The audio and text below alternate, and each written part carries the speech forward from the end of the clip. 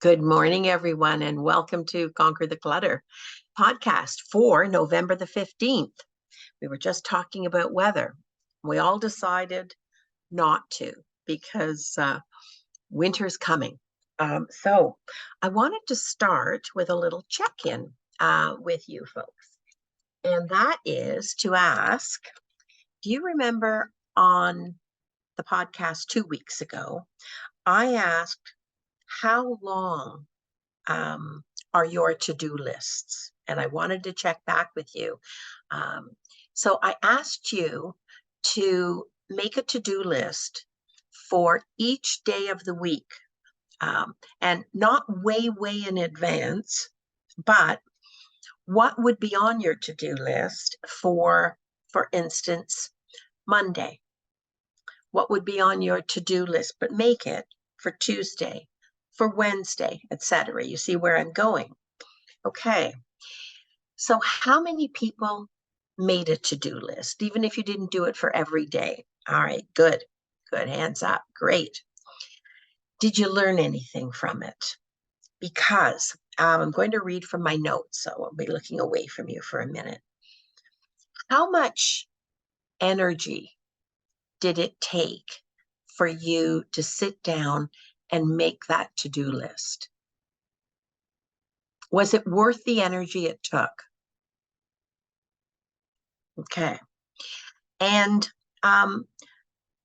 when you made the to-do list and you started, hopefully you didn't just make the list, you started to crack away at it, look at it and think, interesting information, absolutely irrelevant to me.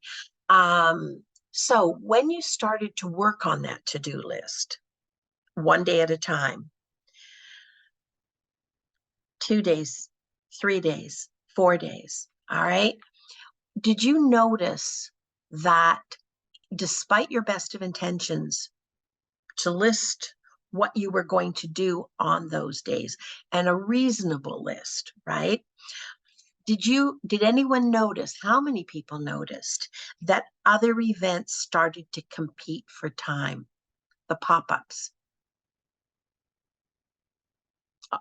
I think everybody nodded on that one. Okay, good. So we got that one solidly. All right. So how did that affect the number of entries, the number of jobs on your to-do list, the actual approaching, doing, working away at it? How did that affect what you could actually get done? Mm-hmm.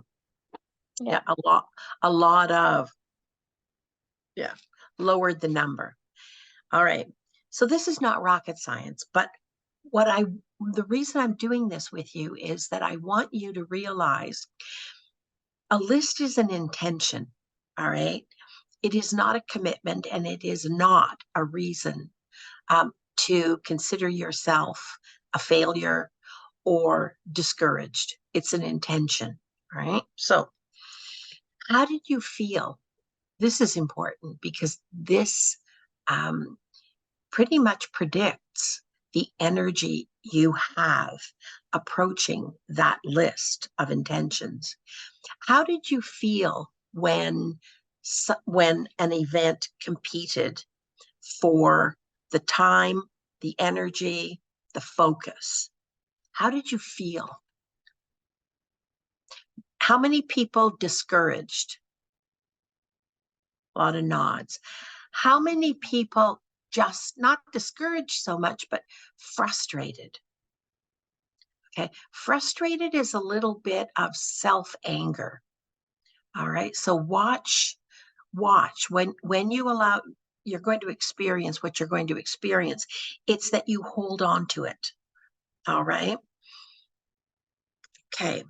Next, when you encountered those setbacks, those kind of pull you off your plan moments, did you come back when you could regroup, when you were finished, whatever that crisis or whatever got lobbed in that turned out to be more important in the moment? Did you come back to where you'd left off? Yeah, there's the biggie right there. Okay. Did you come back to where you'd left off and start again? That's a glitch. That's a glitch. I really want you to think very, very seriously because we're talking about boundaries and limits. We're talking about codependent relationships. You can have a codependent relationship with yourself, with different parts of yourself. All right. So always come back, unless there's another major, we're talking major priority that is set in, always come back to where you left off and continue. And the reason for that is if you don't, all you have at the end of the week or the day or whatever period of time you're looking at, you're considering, is failure, unfinished. You set an intention, you started to work at it for probably good reasons, all right? And you decide that. I don't decide it. Nobody else decides it for you. You got pulled off the job. Always go back and start again where you left off because you deserve to finish that.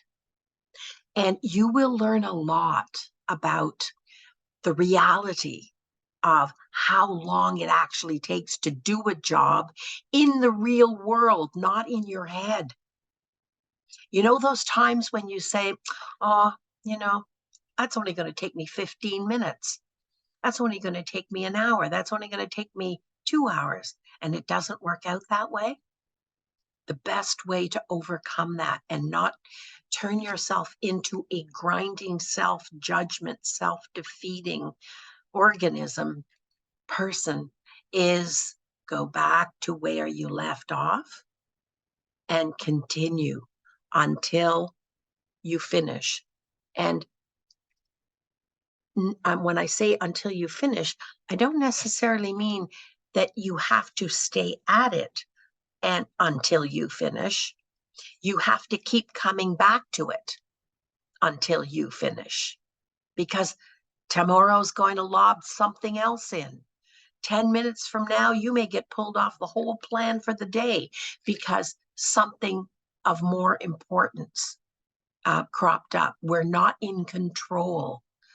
All right. But you deserve to have the satisfaction of actually finishing what you start.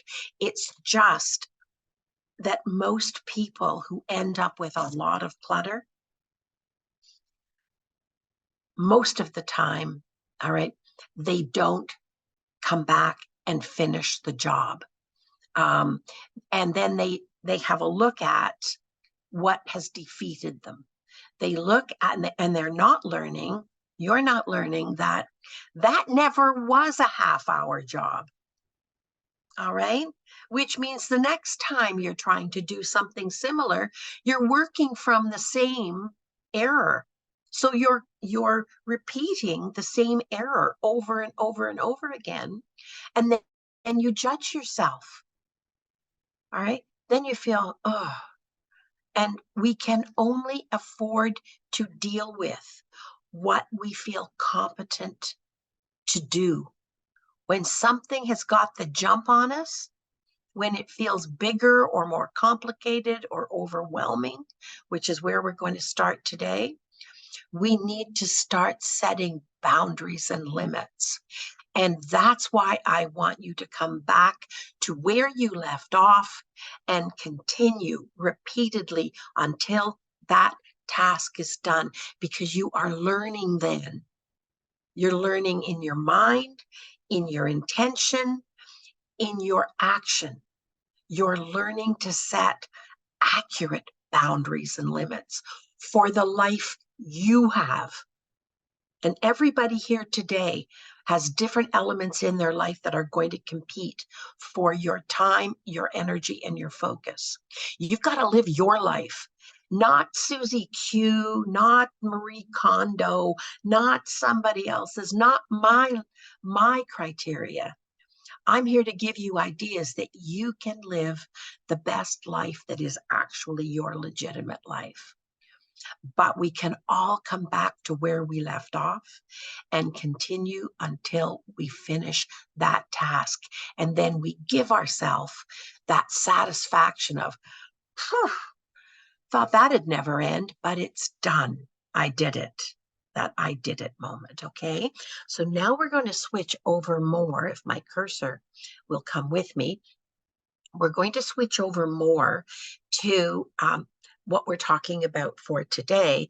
And that is the effects of not having, setting, and persisting in developing, setting, and reinforcing, maintaining healthy boundaries and limits, not just with other people, but also with yourself.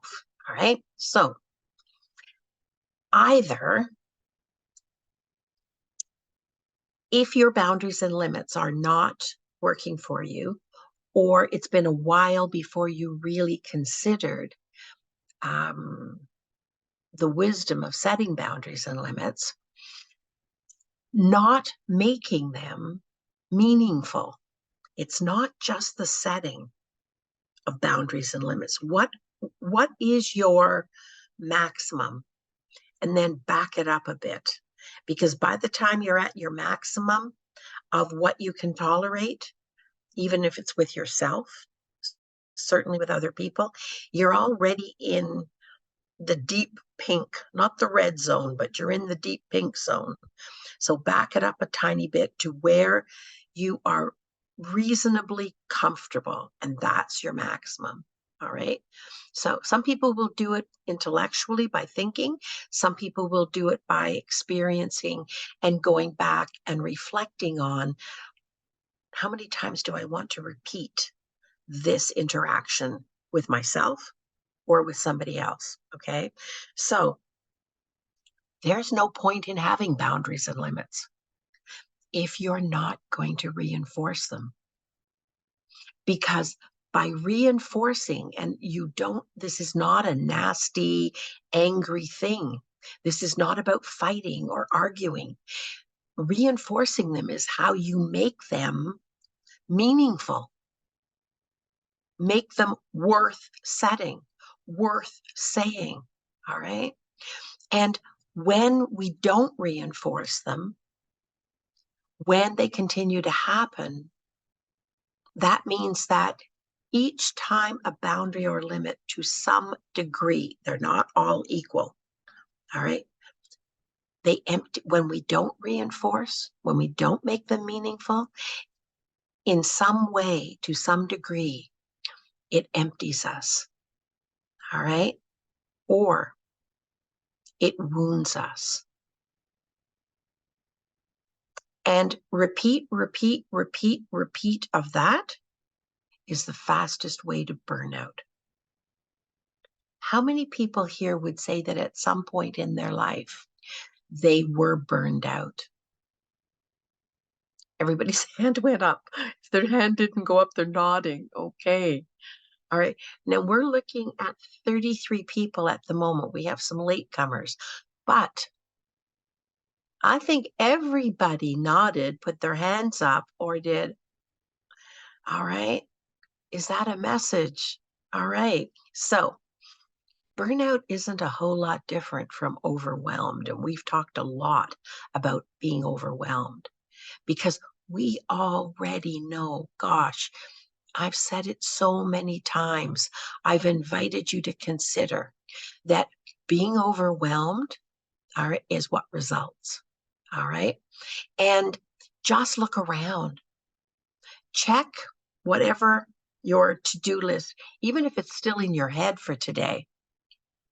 But for sure, look at the one you wrote down. All right.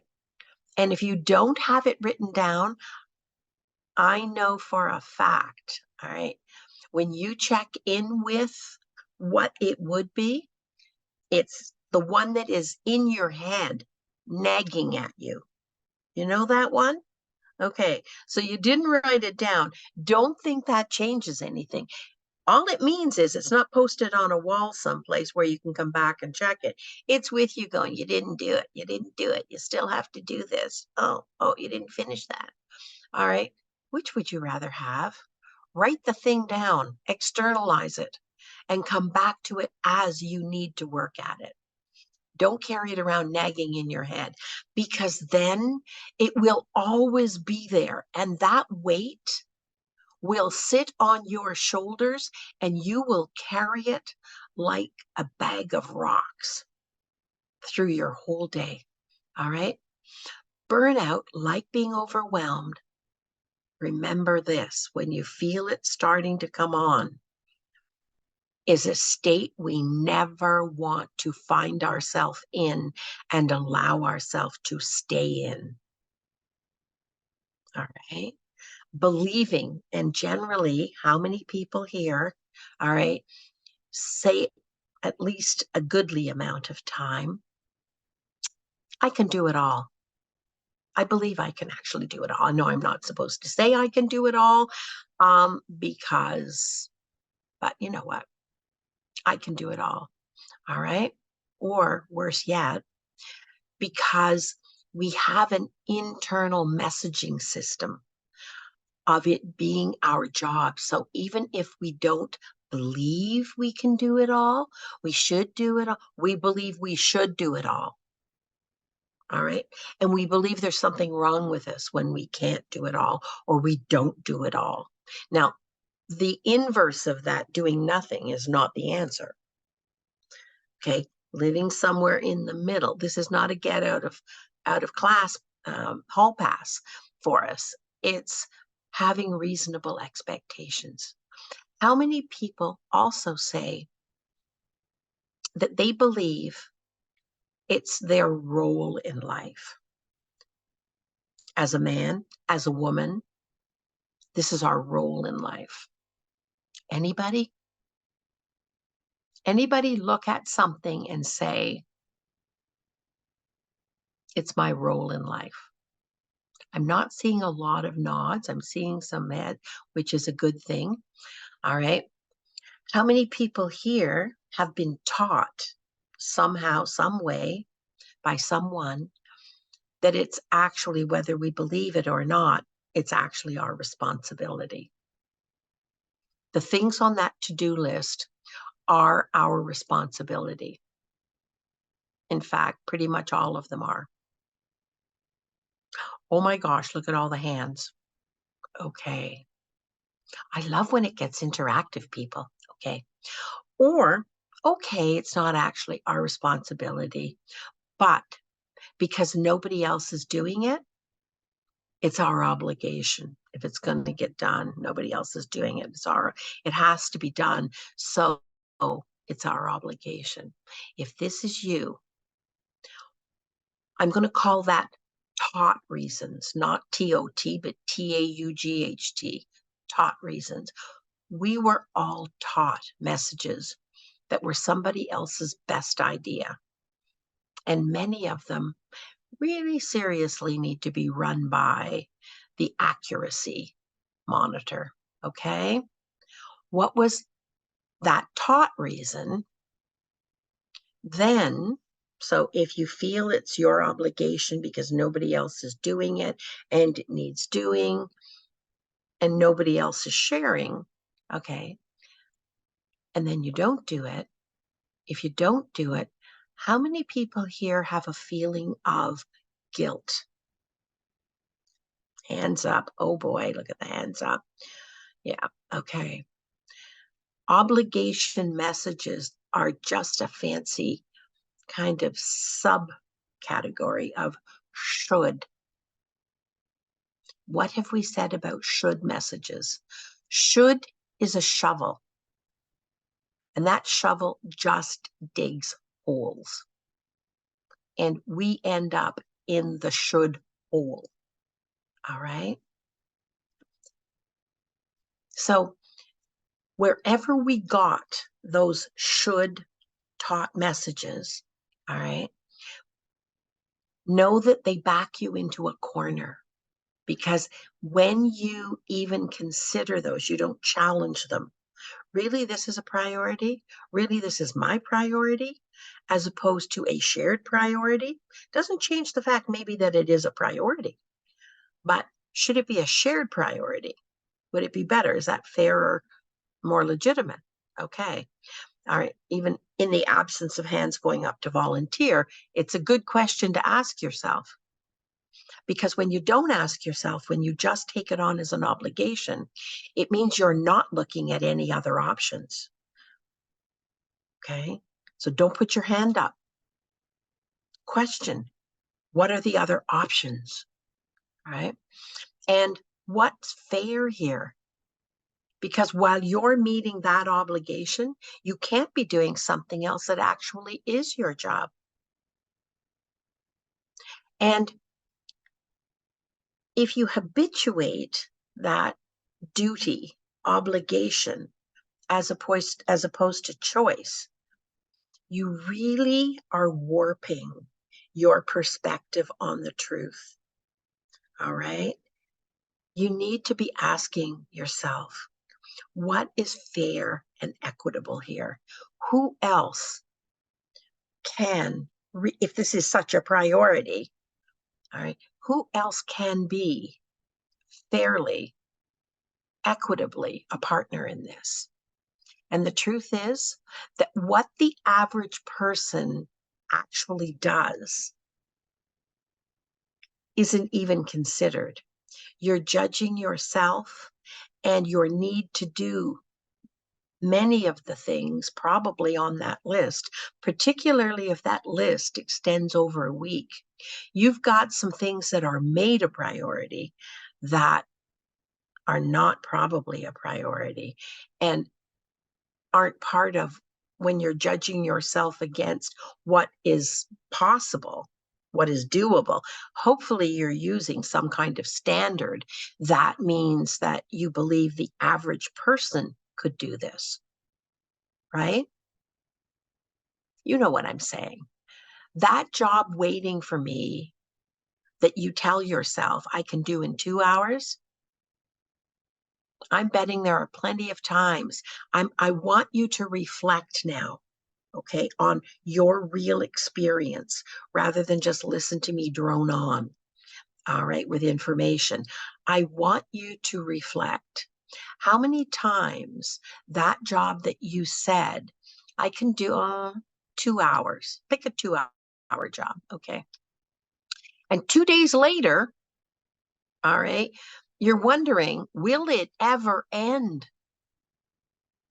Will it ever end? Okay. Do you think it's reasonable at that point to stop and say to yourself, what's wrong with me? Before you load your shoulders with failure or setback or overwhelmed, ask yourself, what's wrong with my plan? Revisit the plan. You may be using the wrong standard. If it takes you 2 days to do what you thought was a 2 hour job, who cares? The house isn't on fire. Keep coming back to where you left off with that job. All right? After the priorities that get lobbed in tomorrow and the next day, don't let them build up. If they're priorities, deal with them. But at the first opportunity where there is free time, and the free time isn't at your health, mental, physical, emotional expense, go back to where you left off and finish that job. All right. So I hope that in the moment of that, will it never end? More of you today will allow yourself to question, could it possibly be this whole guilt thing, this whole overwhelm thing, this whole piles thing, all right, is about, in part, I'm avoiding something because it has overwhelmed me. It has defeated me. And so I don't want to approach it and repeat the failure experience. But I want you now to look at the highest probability is the reason it's a failure experience is because you're judging the time and effort it should take reasonably. All right. You're dealing with unrealistic expectations. And then, of course, nobody in their right mind, all right, goes back to something that perpetually it feels like it's defeating you. Nobody does. That's a sign of good health, by the way. I know it doesn't feel good when it's happening to you, but the fact you're avoiding it is actually an indicator of good health. Mentally, it's not your best plan. Even if something feels like it's defeating you, when you come back to it, give it 10 minutes, give it 15 minutes, and do whatever you can reasonably do. All right. Maybe you've got to YouTube something. All right. Every time I've got to do something electronically, it's me and YouTube. So maybe you need to learn something. Maybe that's what the investment of time is. But if you set your mind to that is important, finish it. And if it takes you 2 weeks, 2 months, it doesn't matter. The house isn't on fire. All right. And you will be reinforcing coming back until you're finished. And you will be reinforcing the topic of today, setting healthy, reasonable boundaries and limits with yourself.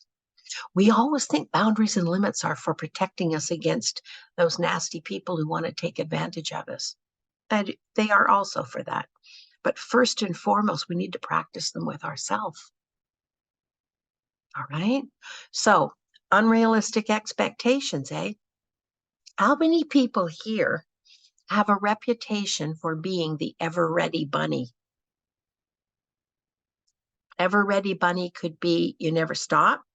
Ever-ready bunny could be ever-ready bunny. How many ever-ready bunnies do we have out there? Hands up. There's a job. Hands up. Hands up. Volunteer. Chip in. All right. So, a hint might be that the ever-ready bunny has a lithium battery. The real ever-ready bunny, all right, has a lithium battery. So without an external power source, can you see it isn't reasonable or realistic? And here's the key, sustainable. It isn't sustainable. Okay? It isn't sustainable. And if it isn't sustainable, a good adage is don't start out. Write this one down. Okay, write this one down for sure. Don't start out in a way you can't continue. And please, while you're doing it, ask yourself, whose expectations are you meeting? Because if they're your expectations, legitimately yours personally, your values, your beliefs, your whatever, why are you having so much difficulty with them if they're true to you? All right. They probably started with family or a boss at work or a like-minded partner, right? Well, think about this one. Do your family, friends, parents, or partner, or your boss at work say yes at every request? Do they say yes at every request? Okay. In fact, does anyone else say yes at every request? Is it possible that that feeling or impulse that you have is a way for you to prove yourself, to redeem that self-respect, that sense of worth, that sense of contributing? So when you distract yourself by putting your hand up and taking on other jobs that drag you away from that list, you make those things a priority. Are you really trying to redeem what you're not giving yourself, which is the experience of persevering and finishing a job you decided was important for you to do? Can you see the contradiction there? Can you? You do things, you volunteer, you do favors that take away from what you want and need to do for you because it makes you feel worthwhile. It validates you. All right. And that's going to be a bottomless pit, people, if you don't give yourself the opportunity to finish what you start, so that you're saying to yourself in your own language, all right, in a way that really gets through to the core of yourself.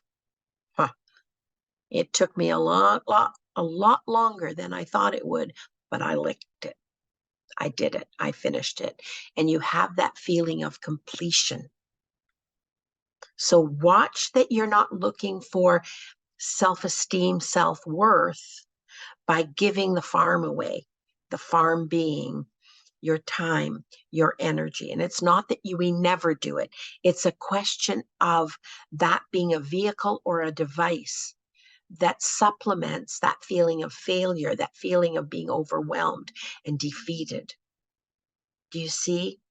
Do you see where that would be a really serious thing to have a look at? Okay. So try your level best. If you are one of those pick me people, try your level best to put yourself on pause and look at your list. All right. Now, if it's clean out the fridge, maybe that can wait if somebody else is in dire need of your particular help. All right. But if it's something that is really, it's your priorities, it is not selfish to put your needs first, at least equal. All right. That's legitimate. It's unnecessary and it's unreasonable to do otherwise, because you're creating a hole that you can't fill. All right. So let's have a look. Okay. How do you know if you haven't given yourself a lot of practice on this? How do you know what is a reasonable request? How do you know? You don't have a lot of practice. It's like being asked to do a dance step and you think, what is a high cut?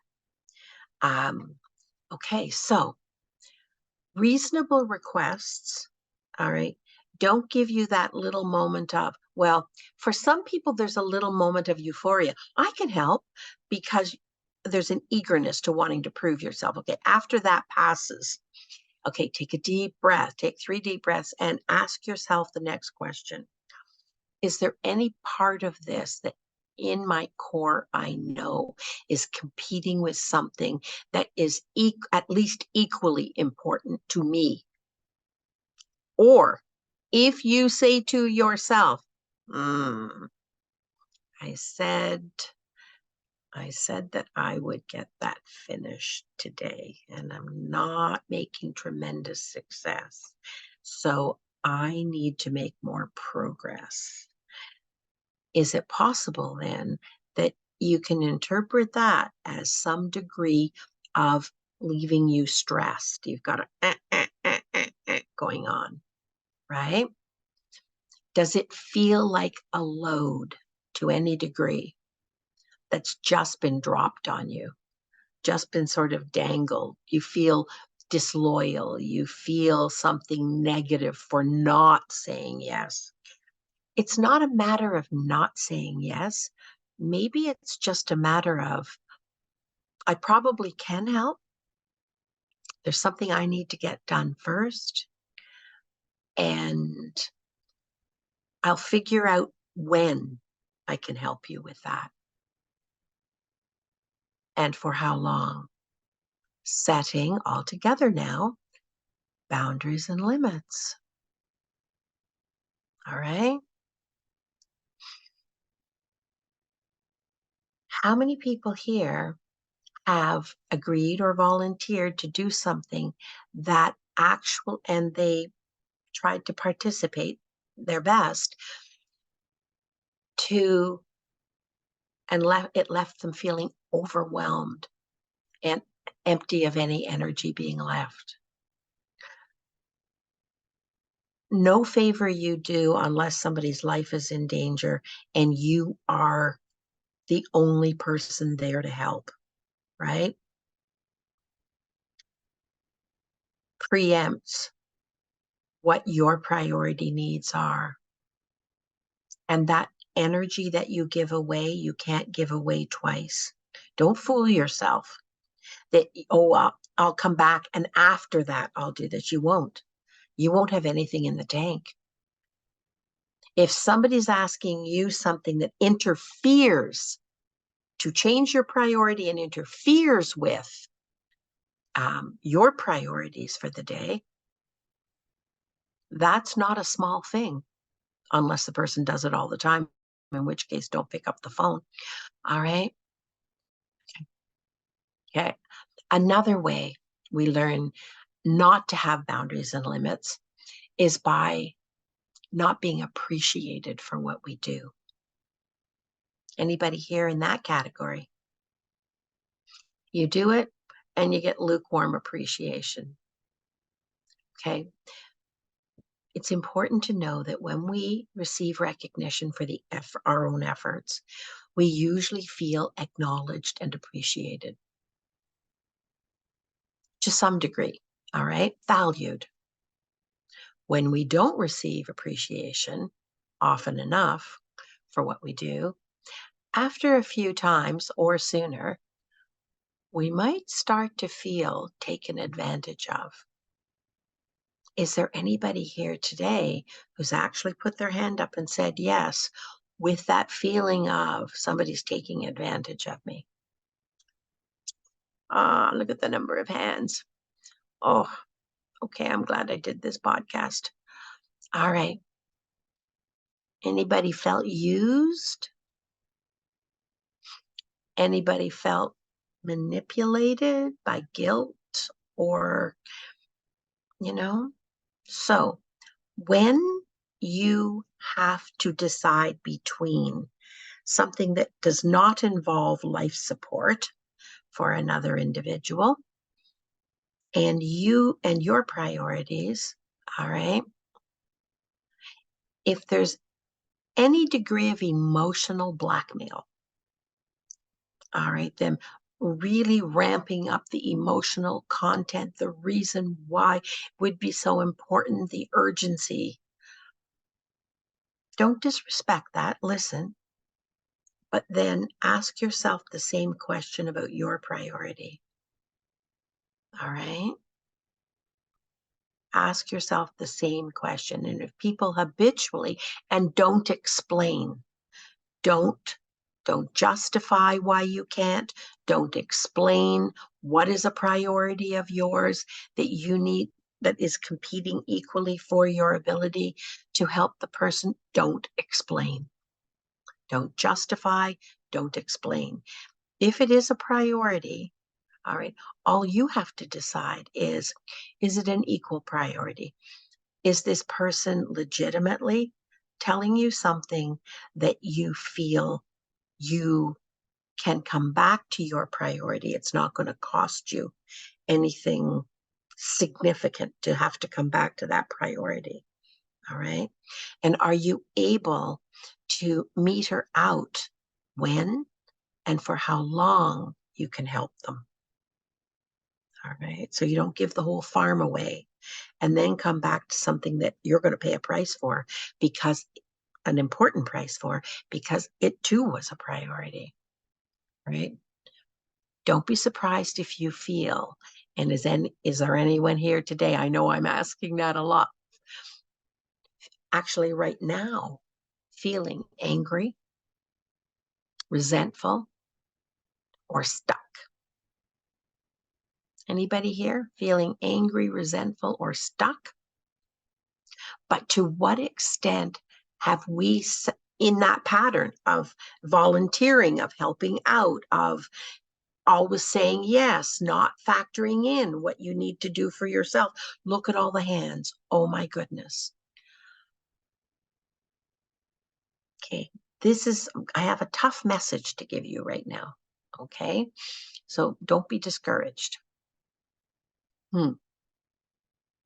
Have we actually set a pattern? Even though it isn't fair, okay? Even though it isn't fair, have we set a pattern of, of almost inviting those kinds of requests, of it being part of our identity? Just ask, just ask Elaine. Just ask, I won't say anybody's name here for confidentiality reasons, but have we set a pattern? Are we complicit? Is there any messaging we need to correct? All right. Because the next question I want you to ask yourself is, how do we change the expectations of others? How do we back out of the pattern we fed into? Here are some additional ways that we can do that we don't do that. Okay. So if you hear yourself in any of these, there's some repair work that needs to be done, and that needs to be ASAP every day. The first thing every day. How am I sending out a message that sets me up for failure in my own life, with my piles, with my whatever? Okay. They commonly lead to burnout. Here's a biggie. All right. How many people here have a reputation for being really patient? How many people here listen to people complain about the same thing over and over and over and over and over again? Okay. While you're listening to them, are you listening to yourself? Are you listening to your internal message repeat over and over and over and over and over again? All right, what is that message? And does that leave you feeling used, sort of as an involuntary sounding board? Do you check out mentally in the middle of this ongoing? And people can be stuck. I don't mean to judge them, but you're not going to unstick them by helping them habituate what the problem is. Repeating the problem and problem and problem and problem and problem, okay, is a habit. Help them out. Don't let them habituate it. I wish I could help, but I have something really pressing that I need to do. And good luck with that, okay? So, is anybody here stuck because you've done it for so long? Anybody? Another indicator that we need better boundaries is doing your best with little appreciation for the work you do. Not quite the same thing as not being valued or recognized. Doing your absolute best with little or no appreciation for what you do because you've habituated it. They've come to expect that that is their right, that is their due. While having people dispense their advice to us, all right, but these same people don't value your feedback. And while we're at it, let's do a boundary check for ourselves. Memo to me, memo to you before giving feedback. Some people want a sounding, but mostly they just want to get it off their chest. All right. Memo to each one of us. Being a friend is not being the ever ready bunny to listen to habituated grievances. All right. Before giving feedback, always make sure that the other person has actually asked for it first. All right. Otherwise, it's just advice. And there is nothing less valued than unsolicited advice. You're now part of the problem. They're griping and griping and griping and griping and griping. You're feedback and feedback and feedback and feedback and feedback. Is that solving it? Look at yourself. I look at myself as a therapist, believe me. Okay. And sometimes I have to catch myself mid-sentence. Uh, hmm, that's difficult. Wish I knew what to say. All right. There's nothing less valued than unsolicited advice. How many people here today actually are in relationships where they have to communicate with people who take an emotional toll on you? And sometimes, probably actually often, you feel the only way out is to do things that don't make you happy or satisfied. Look, we all have to do this sometimes. Okay. Sometimes before we realize that we're up to our hip waders. All right. Okay. The operative word here, though, is regularly have to do this. Have you set a pattern? Do you need to move the boundary up? Do you need to change the boundary and limit? All right. How can you gain? What way that is legitimate to who you are can you gain making up for the lack of balance? Okay. When it comes to the regularity, kind of balance it out a bit more as opposed to a quick drop off and withdrawal. Okay. How many times and what would you do when you feel that you have to? Okay. When you feel that, I don't know any other way. An old social work prof of mine once said the message, start out like you intend to continue. Start out like you intend to continue. And maybe it's time for a restart.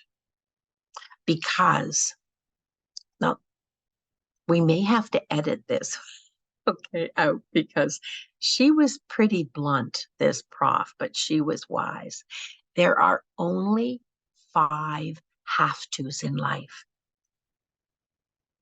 as an adult: eat, sleep, breathe, toilet. All right. And if we're adults, have a libido outlet, a sexual energy. It doesn't necessarily have to be sex, but it is our libido. And even if you haven't checked it out recently, it's an energy within us. It's inherent to who we are. Eat, sleep, breathe, toilet, and have a libido outlet. Everything else is a choice. And you know what? When I first heard that, I was young and formative with lots of bad habits. And not that I don't have bad habits now. I'm not anywhere near probably perfect or even in that ballpark. But when I started to really think about it, I thought, that's true. Then I started to dally with it. So if that's true, how do I use that as a guide? And I'll tell you, that was the beginning of freeing myself up from a lot of nonsense. All right. That was in my mind on obligation, on guilt, on I can help. All right.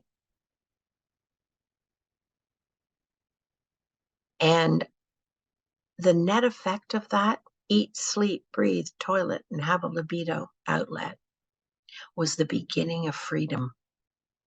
Because then all I had was what I chose. And of course, there are priorities in life. Of course, there are essentials in life, but not everything we're calling important, not everything we're calling a priority or essential is that. It's all through the lens of how we're seeing it. And I want everybody here to get a whole lot better, a whole lot more skilled with being in touch with themselves. I can't tell you what a boundary and limit is. That's not my right. That's your right. All right. No one can ever know you like you know yourself. So for heaven's sakes, when you get these messages, whether it's overwhelmed, burnout, gosh, I did that and they didn't even appreciate it. Or I gave it my best and they came and told me how I could have done it better. Or what wasn't, listen to those messages. They are trying to tell you you're not in the reasonable realm here. They're trying to tell you something. They're trying to tell you where the limit is, all right, and how to make yourself healthier, more appreciated, more valued. It has to start with you. Nobody's going to give you something, no matter how much they love you, if you aren't aware that it's true already. Nobody can give you something that you don't give yourself first. That's why boundaries and limits are so important. Who are the people? What are the situations? Because you're not here just to listen to me drone on. You're here because there are situations in your life where that resonates, where that's true. Who are they? Where are they? When do they happen? Get ready. Get ready for the next time. Be prepared. Because being prepared and checking out against those 5 have tos is your first sound, your next first sound step to peace. And dare I say it, even occasionally to harmony. Okay? Harmony in accepting your own roles in life, your own duties. So, roles and duties. Next, we're going to talk about perfectionism, the P word. All right. Setting high expectations at work, at home, or in relationships. Have you got your pen and paper handy? Okay. Next question. Biggest question of the day. Are your rules for yourself at home and in relationships and in other parts of your life? Are your expectations reciprocal? Are your relationships reciprocal? Reciprocity is the strongest indicator of healthy relationships. And the absence of it is the strongest indicator of unhealthy relationships. Have you accepted? Are you feeding into the continuance of unhealthy relationships? How often do your relationships meet your needs? We're not talking every single need you have, but I think of needs as falling into 3 circles. Okay. The inner circle is every moment of every day. Every moment of every day, I need that. Respect would be one. Acceptance by people who are intimately close to me in my inner circle, and that they be reciprocal. That doesn't mean if you need something, you give the other person the same thing. That's not reciprocity. Reciprocity is if you need something strongly, like intensively, that is your prime need, that to the best of your ability, you listen to and you give that other person who is in your inner circle, innermost circle, what they need. The same thing for each person is not reciprocity, because each of us have different primary fundamental needs. Do you know what your partners, the people who are closest to you, do you know what their fundamental primary needs are? That's often a mistake made when you mention reciprocity. And then the next circle, so those are the people, okay, just kind of the guideline I use, is in that inner circle, I could call them at midnight tonight, and they would take my call and they would talk to me because they would know I wouldn't abuse it. All right. No matter where they are, I could call them at midnight. They'd pick if they saw the call, they'd pick the call up. They would have a sense of urgency as well. And I could share whatever I had to share. And it better be good at midnight tonight. Okay. Okay. We have a responsibility too. All right. Then the next circle is just outside of that. These are the people who we know well, or we believe we do, and we trust them. Okay. We have a high degree of trust. Why? Because they have proven they are worthy of a high degree of trust. This isn't just something you give away. Trust is earned. All right. You know, you have been through the fire together and you know you can trust them. They're not the intimate group though. And so I know that I could, so long as it didn't interrupt something that was really vitally important to them. Now that inner group, even if it did, they'd be there for you because you don't abuse it. The next group, they would do their level best. All right, to be there for you, and you would be there for them. Not in every case, not every moment, not if something that was fundamentally a priority for you, you might have to negotiate, all right, for when and how long, but you'd be there. All right. And then the outer circle are basically acquaintances. They're people you're friendly with. They're people that probably, even if they don't have exactly similar lifestyles or values or beliefs or whatever, you can tolerate each other.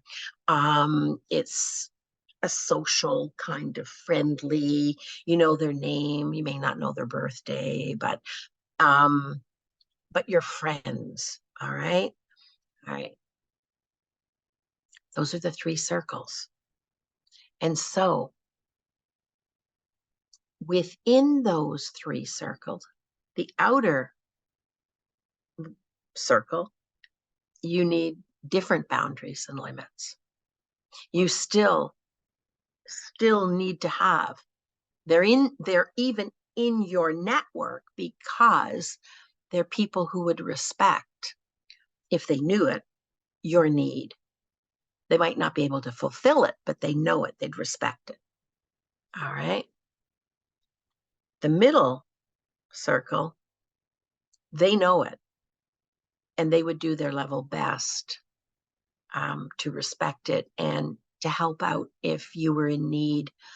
They do their best. All right. They don't promise to be available, but they do their best. That core group, even whether they agree with you or not, whether you're harmonious or not, they know you and they know what you need, and they would respect and honor that. So, is there a pattern? Do you experience having a continual urge to control situations? Are there any people that you're with that you have that continual urge to control situations, even though those situations are outside of your control? Okay. Remember, that's a warning sign that something isn't healthy. Something's not quite right. Remember, the only thing that we can control is us. Okay? And even then, it needs saying that when it comes to mental health and boundaries, health issues are not the cause of an inability to just say no or to be assertive. Okay? Health, mental health is not the reason that you're not saying no, that you're not being assertive. And they are not the cause. They don't leave you in a deficit, all right, of how to advocate. It might be time, if any of this has been, we've got a little bit of a cleanup in aisle 11 as far as boundaries and limits in certain situations. What I want you to do starting today is think about how appropriately and effectively you can start to advocate for yourself. All right. And next week, we'll talk about how, get ready for it, how the lack of boundaries and limits actually feeds into and worsens other very, very, very common mental health challenges like anxiety, like depression, all right, like other half the Western world realities as far as compromised, challenged mental health is.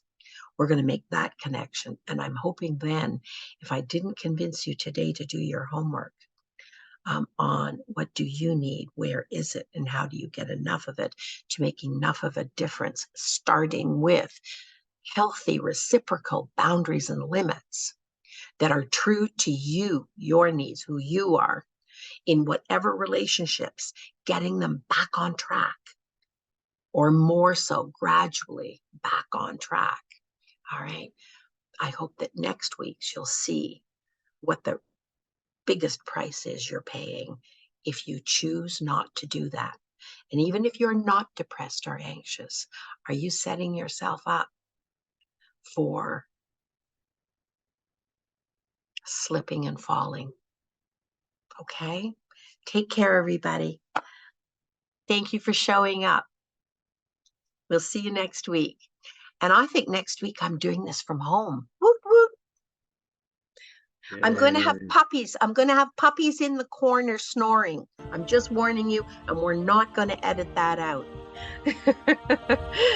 Take care, everybody. Bye-bye.